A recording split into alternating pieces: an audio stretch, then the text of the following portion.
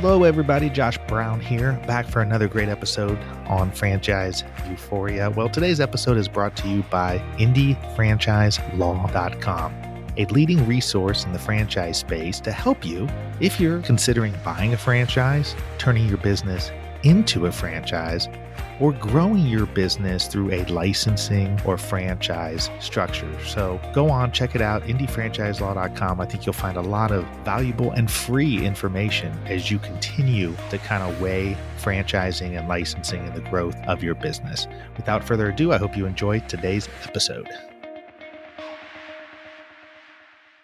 So one of the great things about going to franchise conferences is that, yes, you get to learn about new things going on. You get to learn about what's in the know. You get to meet new businesses and people who are running those businesses.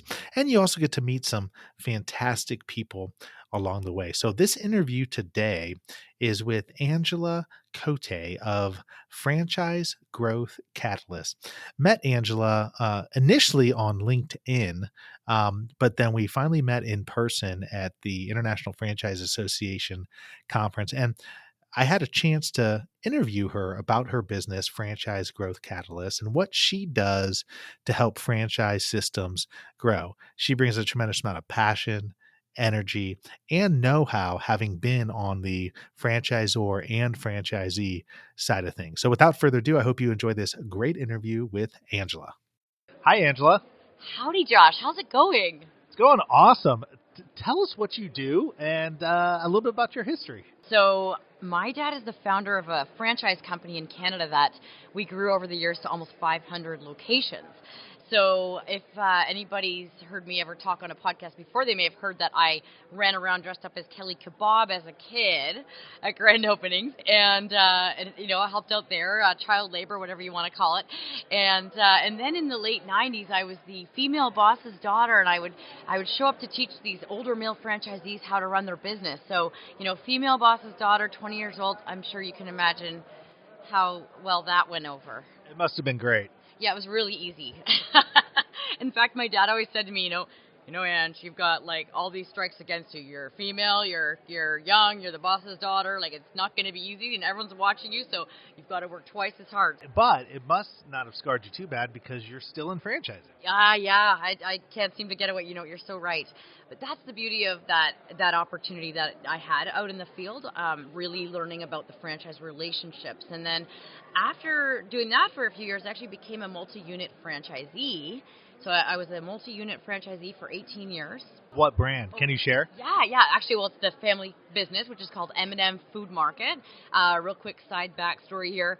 The M&M stand for my dad's name, Mac, and his at the time partner, Mark. It was really creative, M&M, and it was originally called M&M Meat Shops. It's retail frozen food, and they always argued over who was the first M. That's fascinating. Yeah. Can you imagine? Anyway, so yeah, my dad bought his partner out in about 5 years in and grew the company. Well, so you have experience on both the franchisor side for many years and on the franchisee side, which is unique and I think very valuable to both sides. I'd like to think so, yeah. I actually call it my F3 advantage. So I've got the franchisor background, the franchisee perspective, and the field experience, because that field experience is where I really learned, like I said before, you know, the most about franchise relations. So I take all that now and I work with, and I've been doing this about 4 or 5 years, and I work with mostly early stage franchisors. Either they're thinking about franchising their business and they're like, I don't know if I should, is this viable, is it a good idea? Or they've started and they're going, oh my gosh, okay, I've got my FDD, I've got all these things in place, but I don't actually know what to do next. And I don't know how to find franchisees. I don't know how to make sure I get the right ones. So I work with them as an advisor on their team, and I'll get on the sales calls with them. I'm not a broker or anything like that, but I'll get on the calls. I'll coach them how to properly vet, because you know what? I had to deal with a lot of franchisees that shouldn't have gotten into the system, and I know how important it is that they're a fit. So I love helping these early stage franchisors get that right and then get the support systems right to maximize profitability. Well, it's funny. I was just talking to somebody who is about to become a franchise, is working through that process right now, and he was talking about that very thing about how he's just learning all these new things. He's trying to soak everything up. That's why he's here right now. But we all know that, I know in my experience that so often franchisors, especially new franchisors, when they get going, they try to go too fast, and any franchisee who can breathe and write a check, they bring on. Yeah. Talk about how that is a bad idea. You know what? This is one of my favorite things to talk about because not enough people are talking about it in the franchise community, and I am really trying hard to catch people before they get to that point, and to really help people that are thinking about franchising their business, really help them understand that I say that, contrary to popular misconception, franchising a business is not turnkey and it's not a license to print money. People think it's going to be this just fast cash kind of way I'm going to step back from my business and I'm just going to franchise it. And so, I'm trying to help people understand what they're getting into. And what happens is what I find is, especially if they go and start getting the FDD, because that's the one thing they have to do, right, is the legal documents. That's the biggest thing. So they go start that, and then it's just a snowball effect of expenses from there, an investment really into their business. And they didn't anticipate all that. So then they get desperate and they're trying to get their first franchisee just because they need the money. And so when you say about not going fast, I'm guessing that's what you're alluding to. Yeah, I mean, I think I've seen it with my clients, and I've seen it just across the board where people get into franchising, like you said, they've spent a lot of money. Now they want to recoup that investment, and there's this sort of self-doubt, even though they've been very successful as a business, usually with multiple locations, if it's a retail type franchise, and usually with a lot of financial success. But yet the thing that they're so worried about is the sales, and the irony in all of that is that the sales is usually the easiest part for them. It's getting the operations in place, making sure that they have everything set up the right way, operationally sound. But that's why I've seen a number of businesses grow too fast and then fail. So I always tell people, you have to grow slow to then grow fast. Yeah, you know what? Oh, you're speaking my language. I see so many people that they are really good at their business. And when you franchise a business here at the IFA, you hear this over and over, you're getting into a whole new business, right? Now you're going from the business of whether it was, a salon or a fitness business, you were doing that. Now you're going to be doing franchising. And so you're in the business of finding and supporting franchisees. And what I see happening is that these franchisors, once they start to get into it and they realize how complex it is, they stop trusting their gut. And because they start to make a few mistakes, they start to trust others. And unfortunately, and this is where I'll probably get into trouble. I am a little bit controversial when I say these things, and I'm saying it in the right intention. But there are people out there that will, oh sure, I'll get you franchised, without properly assessing whether they should even franchise their business. So the person, makes these mistakes. They end up trusting these other franchise experts, which maybe isn't always a good idea. They stop trusting their own gut. So and then they start panicking, and they start, they need money, so they bring in a wrong franchisee. So there's a lot of, opportunity for error in the early stages. And that's why I think it's just imperative that you find somebody, if you're thinking of franchising your business, find an advisor to help you that you can trust, that will take you through, when to spend money on what, how to vet franchisees, how you're going to support them, and first and foremost, to make sure you should even franchise the business. So that's where you come into the equation. That's ironic. That wasn't a sales pitch. You notice I said a franchise advisor. No, that was very, very, very, very good on your part. But I want to talk about you since you're on the show. So Franchise Growth Catalyst. Okay, so you're helping these emerging franchisors. You're helping them grow. As you said, you're coaching them through. You're kind of walking them through the differences between running their own business and now becoming a franchisor. Do you have a process that you follow when doing that? I do, yeah. So it actually starts with, if they haven't started franchising yet, I have a really thorough checklist we need to go through to make sure that they're going to be a fit. And that includes everything from looking at their unit economics of their business, their brand differentiator, to their DNA, and whether they have the DNA to be a franchisor. I think that one gets missed the most. So if they haven't started yet, it starts with that real thorough check on the criteria, make sure they understand they're in it for the long term. That's one of the biggest, not misconceptions, but just things that people don't know, I guess, is that to be successful in franchising, to make it valuable, you got to have the goal of getting to, 50, 100 or more units, so you can hit that royalty self-sufficiency where the royalties are dropping to the bottom line instead of going back into the business. So I start with that criteria portion, and usually that's a couple sessions together, and then we go into what I've got my F3. I mentioned my F3 framework, and it's a mind map that I use to guide people through all the steps of franchising.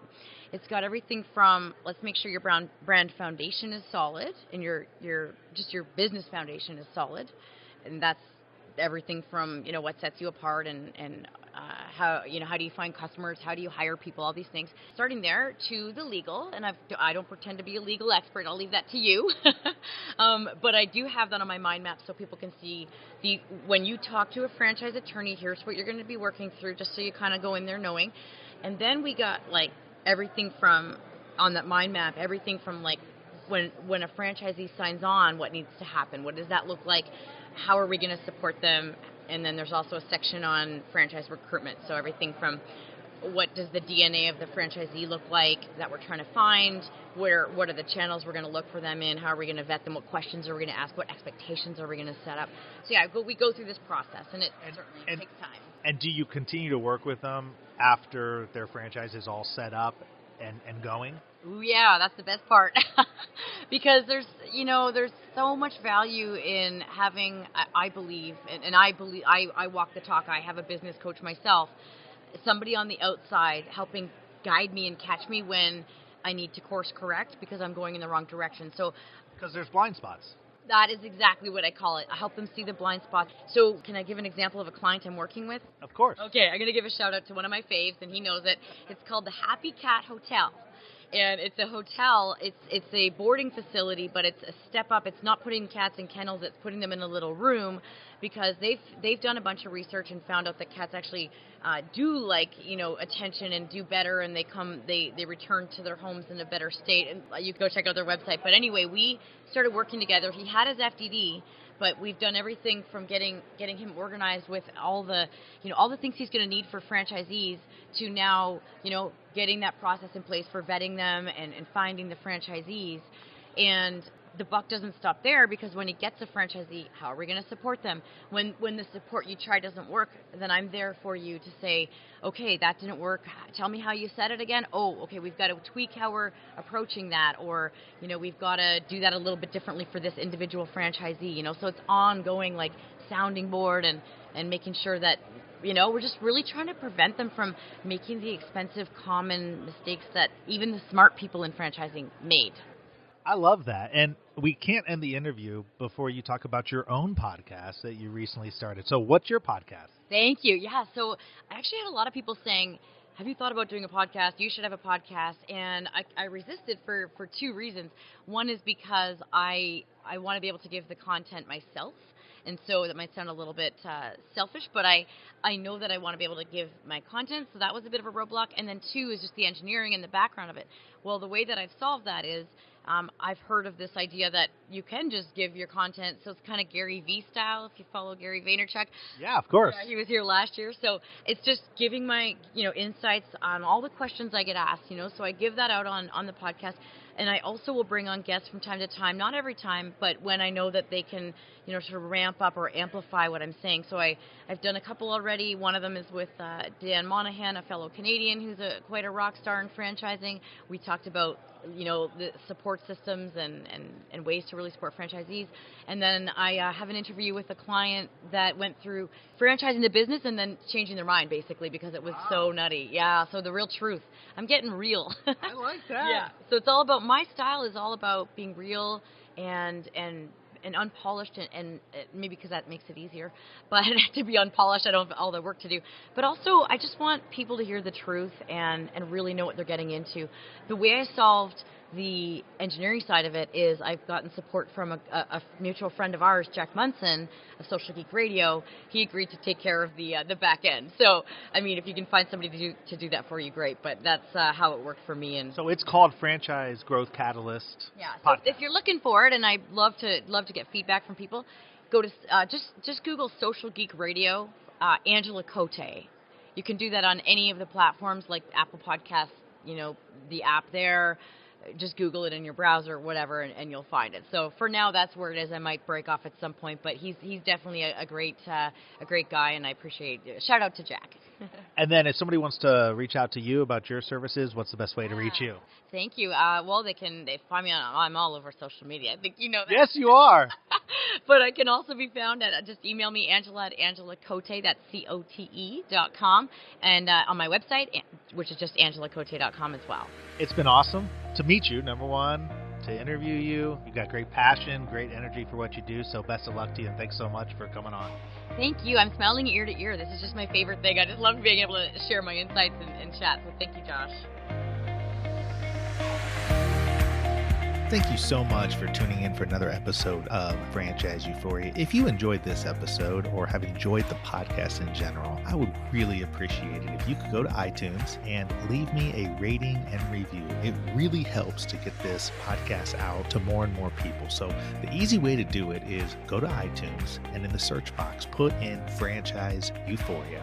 You will then see my cover art, and you click on my smiling face that says Franchise Euphoria, and then click on the link that says ratings and reviews. It's that simple, but boy, oh boy, does it mean the world to me when people leave ratings and reviews. And like I said, it really helps get the show out there. Once again, would love it if you would go to iTunes and leave a rating and review if you enjoyed this episode or other episodes of the show.